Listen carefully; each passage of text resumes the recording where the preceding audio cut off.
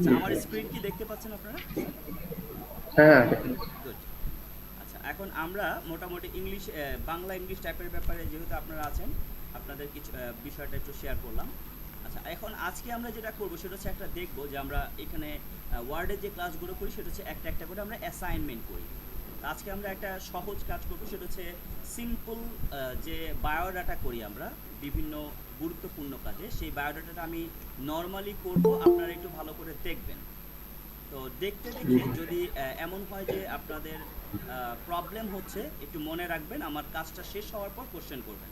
আমি প্রথম কাজটা নর্মালি আমার গতিতে আমি করব, এবং এই একই কাজ আমি আরেকবার আপনাদের বোঝানোর জন্য ব্যাখ্যা করব।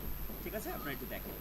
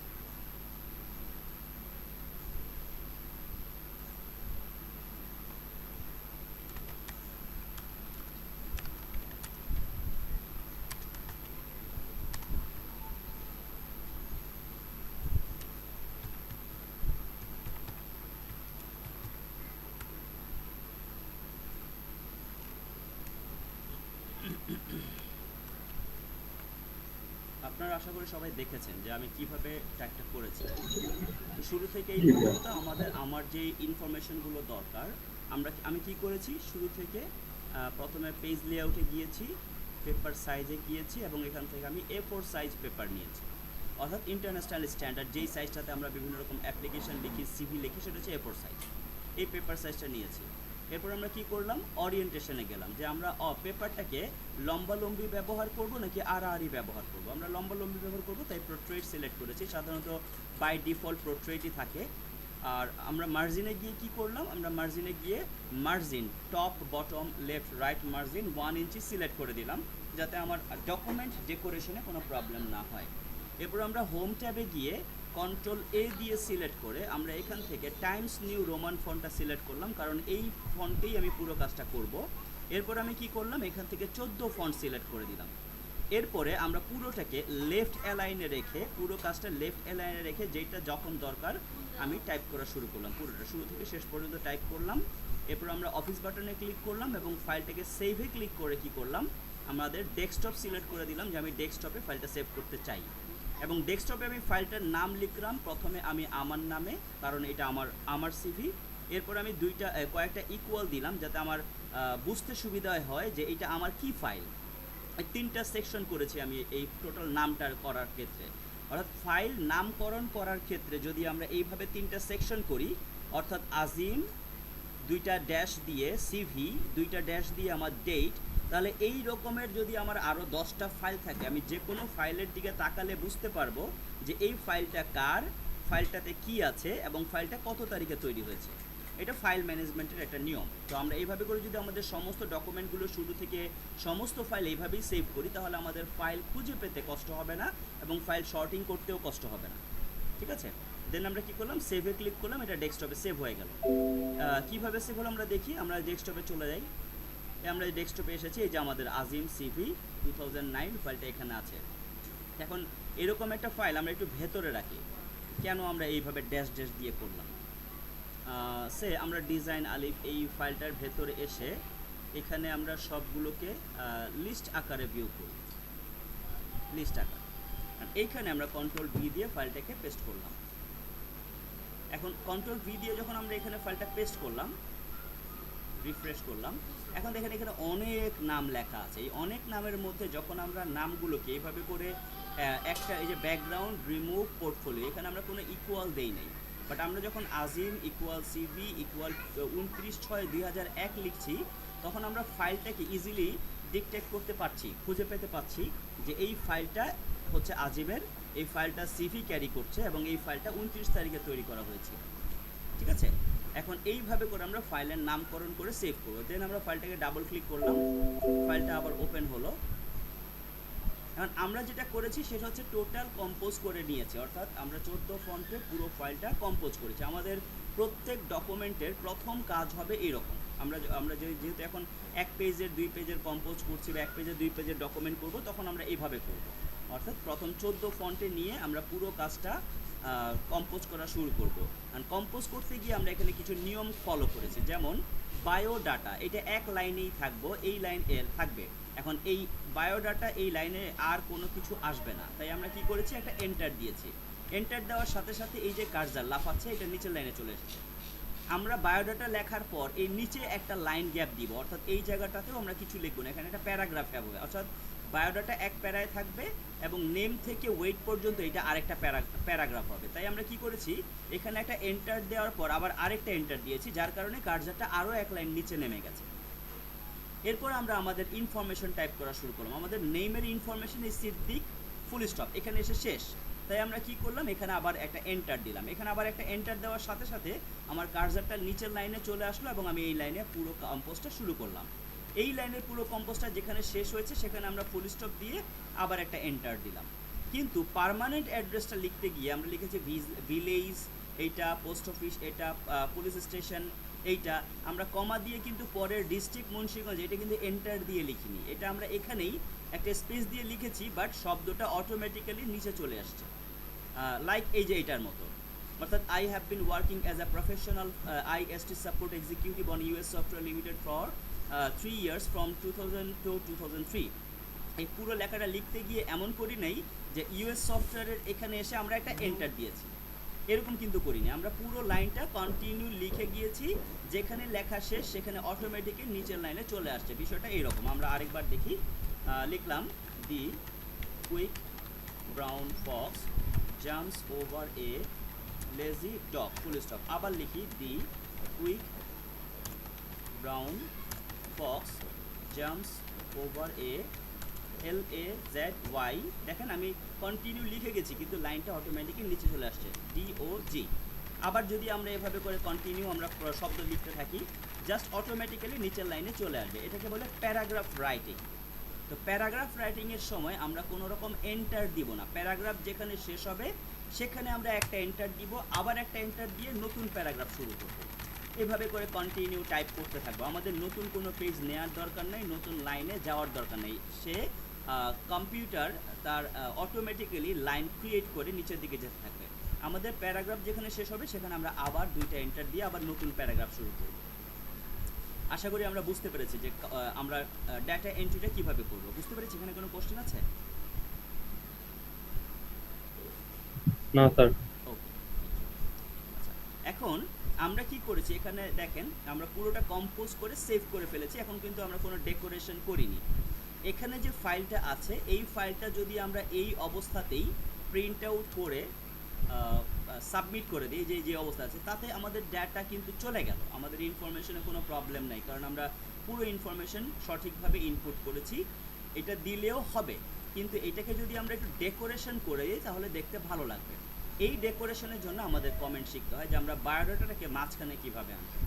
এটাকে প্রথম সিলেক্ট করব, দেন এটা বোল্ড করব, আন্ডারলাইন করব, এটার ফন্ট সাইজটা একটু এখান থেকে বড় করব।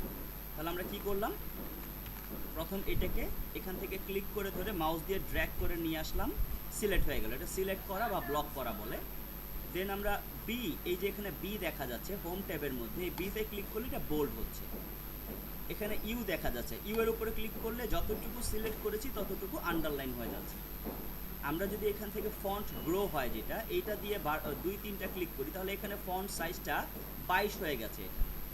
দেন এই জায়গাটাতে এসে আমরা লেফট অ্যালাইন আছে, আমরা এখানে সেন্টার অ্যালাইন যদি করে দিই তাহলে পুরো লেখাটা এই মার্জিন থেকে এই মার্জিনের ঠিক অটোমেটিক মাঝখানে চলে আসবে। এটা হচ্ছে আমাদের ডেকোরেশনের জন্য কমেন্ট। তাহলে আমরা এই কাজটুকু করার জন্য কি কি কমেন্ট শিখলাম? বোল্ড, আন্ডারলাইন এবং ফন্ট গ্রো করা বা ফন্ট বড় করা। ঠিক আছে, ওকে। দেন এই প্যারাগ্রাফটার মধ্যে আমাদের যেটা করতে হবে সেটা হচ্ছে যে name, father's name, mother's name, এগুলো সব যেগুলোকে একটা সিরিয়াল করতে হবে, একটা এক অনুযায়ী সাজাতে হবে। এটাকে আমরা ট্যাব সেট করা বলি। এখন আমরা যদি এখানে সিলেক্ট করে দুইটা ট্যাব দিই, এখানে যদি দুইটা ট্যাব দিই তাহলে একই অনুযায়ী অনেক সময় দাঁড়ায়, কিন্তু অনেকগুলো ট্যাব দিতে হয়। আবার যদি আমরা অনেকে এটা না করে স্পেস দিয়ে নিয়ে আসি, আবার এখানে স্পেস চেপে ধরে এইভাবে করে নিয়ে আসি, আবার স্পেস চেপে ধরে নিয়ে আসি, সেটাও দাঁড়ায়, কিন্তু পরবর্তীতে আমার এই সেটিংটা ঠিক থাকবে না অন্য একটা কম্পিউটারে গেলে, অথবা যদি আমরা এখানে কোনো একটা নতুন ইনফরমেশন সাজাতে চাই তখন গিয়ে দেখা যাবে এই ট্যাবটা ঠিক থাকবে না। তাই আমাদের কি করতে হয়, আমাদের পুরো প্যারাগ্রাফটা সিলেক্ট করতে হয়। পুরো প্যারাগ্রাফটা আমরা এভাবে সিলেক্ট করার পরে যে এখানে মার্জিন দেখা যাচ্ছে, কারো যদি এখানে মার্জিন দেখা না যায় তাহলে আমরা ভিউতে ক্লিক করে এই রুলারটা চেক চিহ্ন দিয়ে নিব। রুলার চেক চিহ্ন আনচেক করে দিলে এখানে রুলার থাকবে না, আবার রুলারটা ক্লিক করে দিলে এখানে রুলার বা মার্জিনটা চলে আসবে। আমরা এখানে পুরো প্যারাগ্রাফটা সিলেক্ট করে নিয়ে দেন এই রুলারের মধ্যে কত ইঞ্চি দেওয়া আছে, 1 ইঞ্চি, 2 ইঞ্চি, 3 ইঞ্চি, 4 ইঞ্চি, এখানে ভেতর হচ্ছে 6.5 ইঞ্চি একটা মার্জিন আছে, জায়গা আছে, যেটুকুর মধ্যে আমরা কাজ করব। তো এই name, father name, mother name, এই টাইটেলগুলোকে আমরা কতটুকু দূরত্বে সেট করতে চাই, অর্থাৎ কোলনগুলো কতটুকু দূরত্ব থেকে আমরা সেট করতে চাই। এই 2 এর উপরে এসে আমরা ক্লিক করলাম যে 2 ইঞ্চি দূরত্বে গিয়ে আমরা সৈয়দ, তারপর হচ্ছে বাবার নাম, মায়ের নাম, এই সমস্ত কিছু এইটুকু দূরত্বে গিয়ে সেট আপ করতে চাই। তো ক্লিক করে দিলাম, এখানে একটা ছোট কালো লেফট ট্যাব সেট হলো। আমরা এরপরে কি করব, কোলনের আগে জাস্ট ক্লিক করে কার্জারটা প্লেস করে নিয়ে একটা ট্যাব প্রেস করব কিবোর্ড থেকে। কিবোর্ডে দেখেন বাম দিকে কন্ট্রোল শিফট ক্যাপস লক, এর উপরে একটা বাটন আছে ট্যাব। এখানে জাস্ট আমরা এই কোলনের মধ্যে ক্লিক করে ট্যাব সেট করব, ট্যাবে প্রেস করব। জাস্ট কি মাউস দিয়ে ক্লিক করে ট্যাবে প্রেস করব। এভাবে করে আমরা যখন মাউস দিয়ে ক্লিক করে একটা করে ট্যাবে প্রেস করব, আমাদের প্রত্যেকটা টাইটেলের ইনফরমেশনগুলো এক জায়গায় এসে দেখেন এক সিরিয়ালে এসে সেট হয়েছে। কিন্তু পার্মানেন্ট অ্যাড্রেসটা 2 লাইন বলে এখানে আমাদের কি হয়েছে, এই লাইনটা এখান থেকে গিয়ে এই পর্যন্ত আসছে। আমরা কি করি, পিএসটাকে এন্টার দিয়ে নামায় দিয়ে 2টা ট্যাব দিই এখানে, একটা ট্যাবে আমার এখানে আসলো আর একটা ট্যাবে এখানে আসলো, কারণ আমরা এই নামগুলোকেও একটা করে ট্যাব দিয়ে একটু দূরে সরাই দিব। এখন বিষয় হচ্ছে এই নাম থেকে এই কোলনটা এত দূরে আসলো, কিন্তু এই কোলন থেকে এই কোলনটা ট্যাব দিলে এতটুকু গেল কেন? সাধারণত আমরা কোনো একটা শব্দের আগে ক্লিক করে একটা ট্যাব দিলে 1/2 ইঞ্চি দূরত্বে গিয়ে সে সেট আপ হয়। দেখেন এখানে ট্যাবটা আছে হচ্ছে 3.5-এর একটু উপরে এবং 4-এর নিচে। আমরা যখন ট্যাব প্রেস করতেছি সে 4-এ গিয়ে সেট আপ হচ্ছে। আবার যখন আমরা একটা ট্যাব দিই তখন সে 4.5-এ গিয়ে সেট আপ হয়। আবার যখন আমরা ট্যাব প্রেস করি তখন সে 5-এ গিয়ে সেট আপ হয়। অর্থাৎ এখানে 3বার ট্যাব হওয়ার কারণে এখানে আসছে 1, 2, 3। এখন আমরা যদি কোনো কারণে এইভাবে সিলেক্ট করে পুরো প্যারাগ্রাফটা সিলেক্ট করে একটা ট্যাব সেট করে দিই, তখন আমরা একটা ট্যাব দেওয়ার সাথে সাথে সে যেখানে সেট করে দিয়েছি ট্যাবটা ওই বরাবর এসে সেট আপ হবে। এই জন্য আমরা এখানে সবগুলো নামের ক্ষেত্রে এগুলো এইভাবে সেট আপ হচ্ছে। আর এই জায়গাতে তো আমরা সেট আপ করিনি, এইটুকুর মধ্যে দেখেন উপরে কোনো সেট আপ নাই, তাই এখানে একটা করে ট্যাপ দেওয়ার কারণে সে হাফ ইঞ্চি দূরত্বে সে তাকে সেট করে দিচ্ছে। আমাদের এইটুকুর কাজও শেষ। এখন আমরা এডুকেশনাল কোয়ালিফিকেশন এইটুকু একটু বোল্ড করে দিই, হোম থেকে বোল্ডে ক্লিক করে দিলাম, আন্ডারলাইন ক্লিক করে দিলাম এবং একটা এন্টার দিয়ে প্যারাগ্রাফ মার্ক দিলাম। এইটুকুর কাজও শেষ। এখন আমরা এই টেবিলটা সেট করব। আমরা দেখেছি যে টেবিলটা কিভাবে আনতে হয়। আমরা একটা নতুন পেজে গিয়ে দেখি একটা টেবিল কিভাবে আনতে হয়। ইনসার্ট ট্যাবের মধ্যে যাওয়ার পর আমরা এখানে এই টেবিল আইকনটাতে ক্লিক করব এবং এখান থেকে আমরা চাইলে যেই কটা টেবিল দরকার উপরে, অর্থাৎ একটা রো এবং 1 2 3 4টা কলাম। আমাদের যদি 2টা রো দরকার হয় তাহলে 2টা রো সিলেক্ট করব, 3টা রো দরকার হলে 3টা সিলেক্ট করব, 4টা দরকার হলে 4টা রো সিলেক্ট করব। একইভাবে এখানে 4টা রো চলে আসবে। দেখেন আমরা যে কটা সিলেক্ট করছি ডান পাশে এখানে তাই দেখাচ্ছে। আমরা এখান থেকে 4টা করে সিলেক্ট করেছি, এখানে 4টা রো হয়ে গেছে, 4টা রো হয়ে গেছে। আমরা আবার এখান থেকে এই এখান থেকে 5টা করলাম, এখান থেকে 5টা করলাম, অটোমেটিক্যালি এখানে 5টা রো হয়ে গেছে। কিন্তু যদি আমরা চাই যে কমেন্ট দিয়ে করব, তাহলে ইনসার্টে গিয়ে ট্যাবে ক্লিক করে আমরা ইনসার্ট ট্যাবে ক্লিক করব। দেন আমরা বলে দিব আমাদের কয়টা কলাম দরকার, কয়টা রো দরকার। আমাদের ধরি কলাম দরকার 4টা এবং রো দরকার হচ্ছে 2টা। আমরা ওকে করে দিলাম। দেখেন এখানে 4টা কলাম চলে আসছে, 2টা রো চলে আসছে। এভাবে করে আমরা এখানে যে কলামগুলো নিয়েছি বা টেবিলটা নিয়েছি সেই টেবিলটা এভাবে নিয়েছি। নেওয়ার পর আমাদের এই যে টেবিলের যে দাগগুলো আছে, এই যে দাগগুলো ছোট বড় করার জন্য আমরা যেটা করেছি, এই দাগের উপর মাউস নিয়ে এসে এই যে এখন যেরকম দেখাচ্ছে মাউসটা, এই অবস্থায় ক্লিক করে ধরে আমরা এই প্রথম ঘরটাকে ছোট করে দিতে পারি, আবার ক্লিক করে ধরে দিকে বড় করে দিতে পারি। এইভাবে করে আমরা ছোট বড় করতে পারি ঘরগুলোকে। এখন আমাদের কাজ হবে এই টেবিলটা একটু সেট আপ করা। আমরা কি করলাম, এই টাইটেলটা সিলেক্ট করলাম, সেন্টার লাইন করলাম, বোল্ড করলাম এবং এটাকে মোটামুটি এই অবস্থায় রাখলাম। রাখার পর আমরা কি করলাম, এই যে টাইটেলগুলো আছে অর্থাৎ এগুলো হচ্ছে এই রেজাল্টের টাইটেল, এগুলোকে আমরা একটু বোল্ড করে দিলাম। দেন এই যে ইনফরমেশনগুলো আছে এগুলোকে আমরা সেন্টার অ্যালাইন করে দিলাম। এগুলো থাকলো এখানে, এগুলোকেও সেন্টার অ্যালাইন করে দেওয়া যেতে পারে। দেন এইভাবে করে আমরা পুরোটাকে সেট আপ করে নিলাম। এখানে এই যে ফার্স্ট ক্লাস 2টা লাইনে চলে আসছে, আমরা এই ঘরটাকে একটু বড় করে দিই, এটা 1 লাইনে চলে আসছে। ঠিক আছে, এইভাবে করে আমরা পুরো ডকুমেন্টটাকে সেট আপ করে নিতে পারি খুব ভালোভাবে।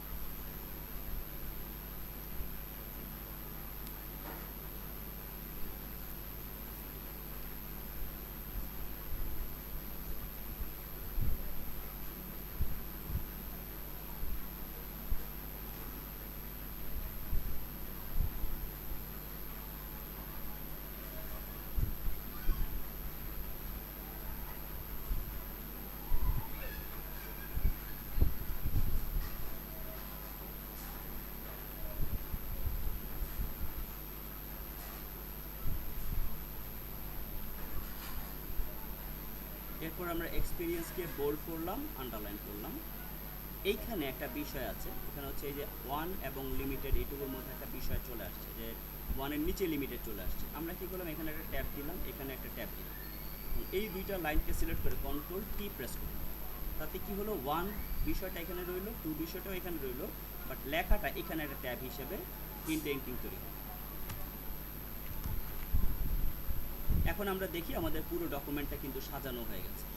এই অবস্থাতে আমরা এটাকে একবার কন্ট্রোল এস দিব অথবা ফাইলে গিয়ে সেভে ক্লিক করব, তাহলে আমাদের ফাইলটা সেভ হয়ে গেল। তো আমরা আশা করি পুরো ডকুমেন্টটা কম্পোজ করা এবং সাজানো দেখলাম এবং বুঝতেও পেরেছি। এইটুকুর মধ্যে কি আপনাদের কারো কোনো প্রবলেম আছে বা কোনো কোশ্চেন আছে?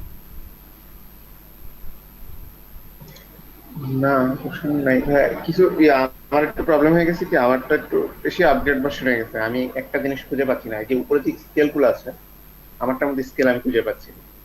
স্কেল, এই যে হ্যাঁ, হ্যাঁ হ্যাঁ, আপনার ভিউ অপশনটা আছে এখানে? হ্যাঁ আছে ঠিক।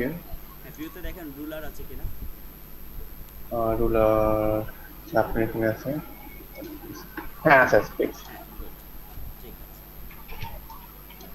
এই যে, আচ্ছা, এই ট্যাবটা কি বুঝতে পেরেছি আমরা, ট্যাব সেট করাটা? জি ভাই, আচ্ছা, জি এই ভাই ট্যাব বুঝতে সেট পেরেছি। করাটা দিয়ে অনেকে আছে যে আমরা ট্যাব সেট ডকুমেন্ট যখন করি তখন এই ট্যাব সেট করা নিয়ে কিন্তু বড় বড় কাজ করতে গিয়ে অনেক সময় প্রবলেম হয়। ছোটো কাজে আমরা ট্যাব সেট করতে পারি, যেমন এই কটা জিনিসের জন্য আমরা ট্যাব সেট করলাম। কিন্তু যদি এইরকম কাজ আমাদের অনেক করতে হয়, যে পেজের পর পেজ 2 4 10 পেজ বা 50 পেজ 100 পেজ এরকম কাজ করতে হয়, তখন কিন্তু আপনারা ট্যাব সেট না করে টেবিল নিয়ে কাজ করবেন, এরকম টেবিল নিয়ে। কীরকম, যেমন আমরা এই জিনিসটাই যদি টেবিলে করি তাহলে কি দাঁড়াবে, এই নেম থেকে এই পর্যন্ত একটা কলাম, তারপর হচ্ছে এই রোগুলো হচ্ছে একটা কলাম, এইগুলো হচ্ছে একটা কলাম, এভাবে করে আমরা 3টা কলামে ভাগ করি। তাহলে ইনসার্ট ট্যাব, ইনসার্ট ট্যাব, আমরা কি করলাম, কলাম নিলাম 3টা এবং রো নিলাম মনে করেন যে 10টা। এই ট্যাবের এইখানে এসে আমরা এইখানে ঘরটাকে ছোট করে নিলাম এবং পুরো ঘরটাকে সিলেক্ট করে আমরা হোমে এখানে একটা বাটন, এখানে একটা আইকন আছে দেখেন, এখানে ক্লিক করে আমরা নো বর্ডার করে দিলাম। এই যে ঘরগুলো এখন আছে, আগে ছিল হলো ঘরগুলো কালার করা, অর্থাৎ প্রিন্ট করলে এই ঘরগুলো চলে আসতো, বাট এখন নো বর্ডার, এখান থেকে নো বর্ডার করে দেওয়ার কারণে এই ঘরগুলো থাকবে, বাট এটা কিন্তু প্রিন্ট আউটে আসবে না। যেমন আমরা এই বিষয়টাকে যদি এখানে করি, আমরা এখানে লিখলাম NAME, name, FATHER, father, mother, present address, permanent address, date of birth, religion, nationality, blood group, gender। আমরা এখানে এসে একটা কোলন, ডাউন অ্যারো দিয়ে আরেকটা কোলন, অর্থাৎ কিবোর্ডে দেখেন up arrow, down arrow, left arrow, right arrow, 4টা অ্যারো আছে। আপনি ডাউন দিলেই নিচের ঘরে চলে আসবে, আবার একটা কোলন দিলাম, আবার নিচে এসে আবার একটা কোলন দিলাম, আবার ডাউন অ্যারো দিয়ে একটা কোলন দিলাম, এভাবে করে আমরা ডাউনে এসে একটা করে কোলন দিয়ে আমরা পুরো এই টেবিলটা সেট করতে পারি। এরপর আমরা এখানে আমাদের নাম লিখে দিতে পারি,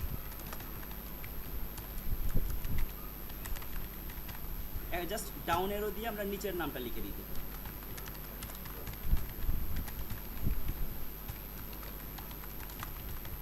এভাবে করে আমরা আমাদের যে ইনফরমেশনগুলো আছে এই ইনফরমেশনগুলো সেট করে দিয়ে এভাবে করে এখানে এসে অটোমেটিক্যালি এইগুলো সেট হয়ে যাচ্ছে। আমরা জাস্ট কপি পেস্ট করতেছি, এইগুলো সিলেক্ট করে কন্ট্রোল-C দিয়ে কপি, এখানে এসে কন্ট্রোল-V দিয়ে পেস্ট, আবার এখানে এটুকু সিলেক্ট করে কন্ট্রোল-C দিয়ে কপি, এখানে এসে ক্লিক করে কিবোর্ড থেকে কন্ট্রোল চেপে V দিলে পেস্ট হয়ে যাচ্ছে। কন্ট্রোল-C-তে কপি, কন্ট্রোল-V-তে পেস্ট, কন্ট্রোল-C-তে কপি, এখানে এসে কন্ট্রোল-V-তে পেস্ট।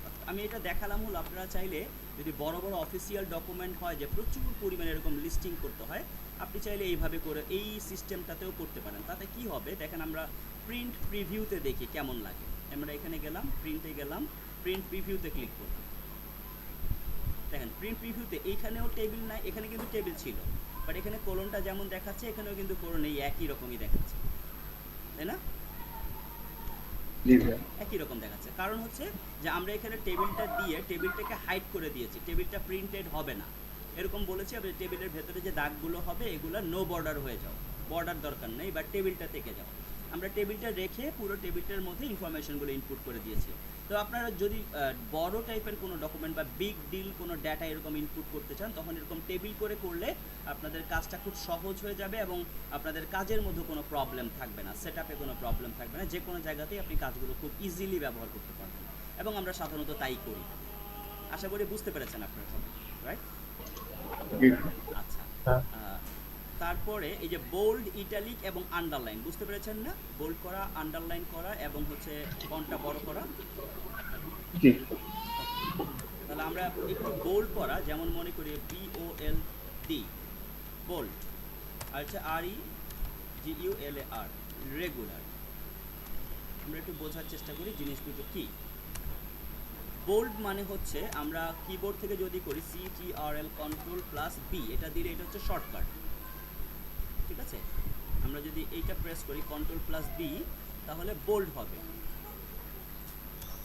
আর রেগুলার তো রেগুলারই, আমরা সাধারণত টাইপ করলে রেগুলারই হয়, অথবা বোল্ড করার জন্য আমরা এই B প্রেস করি হোম ট্যাবে।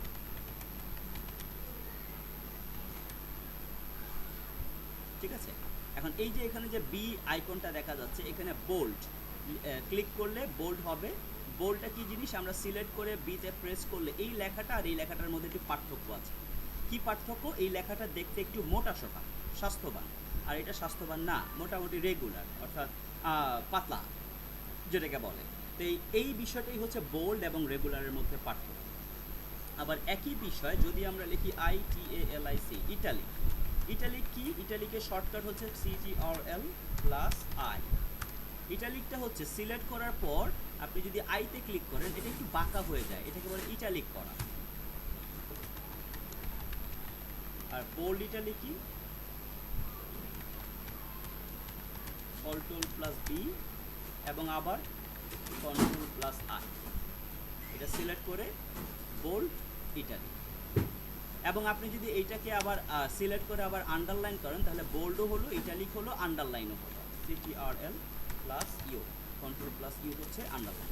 তাহলে তিনটা কমান্ড পরপর সিলেক্ট করে তিনটা কমান্ড পরপর দিলে এটা হয়। আমি সিলেক্ট করে একটা একটা করে উঠাই দিই, আন্ডারলাইন উঠাই দিলাম, ইটালিক উঠাই দিলাম, বোল্ড উঠাই দিলাম। তাহলে কমান্ডগুলো কি, সিলেক্ট করার পর কন্ট্রোল বিতে বোল্ড, কন্ট্রোল আইতে ইটালিক, কন্ট্রোল ইউতে আন্ডারলাইন, এটা হচ্ছে কিবোর্ড কমান্ড।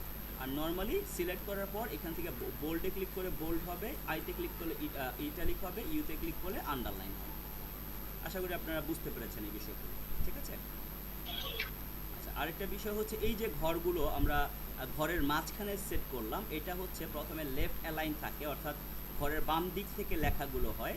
এই পুরো লেখাগুলোকে সিলেক্ট করে আমরা যদি এখান থেকে সেন্টার অ্যালাইন, এই যে অ্যালাইনমেন্ট, এখানে চারটা অ্যালাইনমেন্ট দেওয়া যাচ্ছে, একটা হচ্ছে লেফট, একটা সেন্টার, একটা রাইট, একটা জাস্টিফাই। আমরা যদি সেন্টার অ্যালাইন ক্লিক করি পুরো লেখাগুলো ঘরের মাঝখান থেকে সাজানো হয়ে যায়।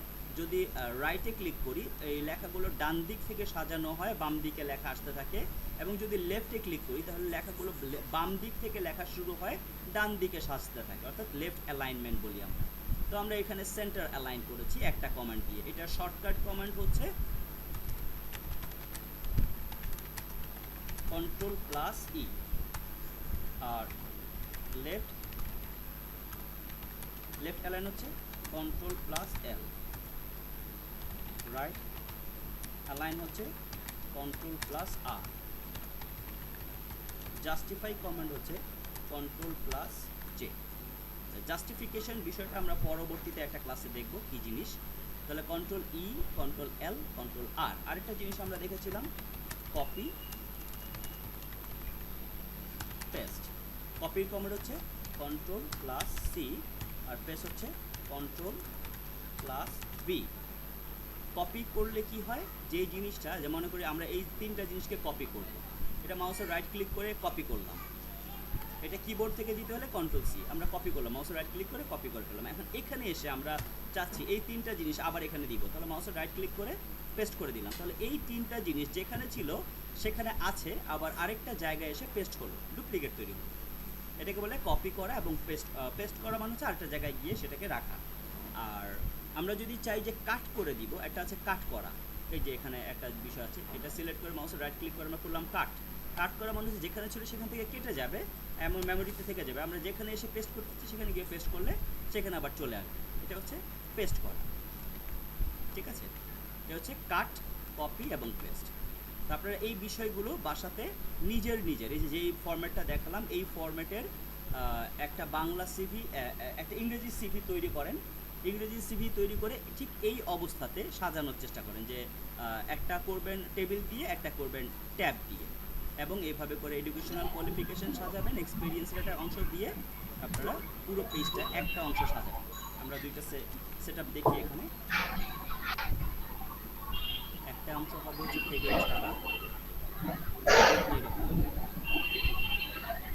আরেকটা অংশ হবে হচ্ছে ট্যাব ছাড়া।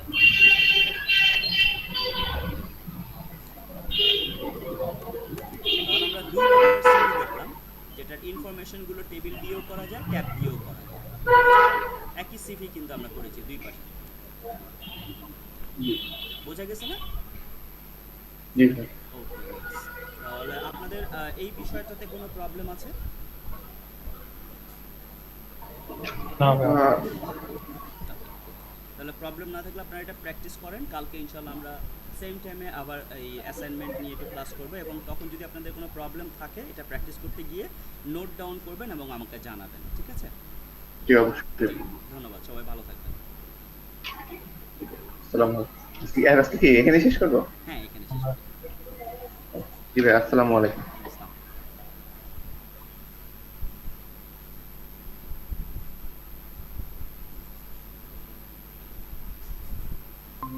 স্যার সাকিব কি অবস্থা? আমার ভালো। তো এখন এক্সিট নেওয়া হবে।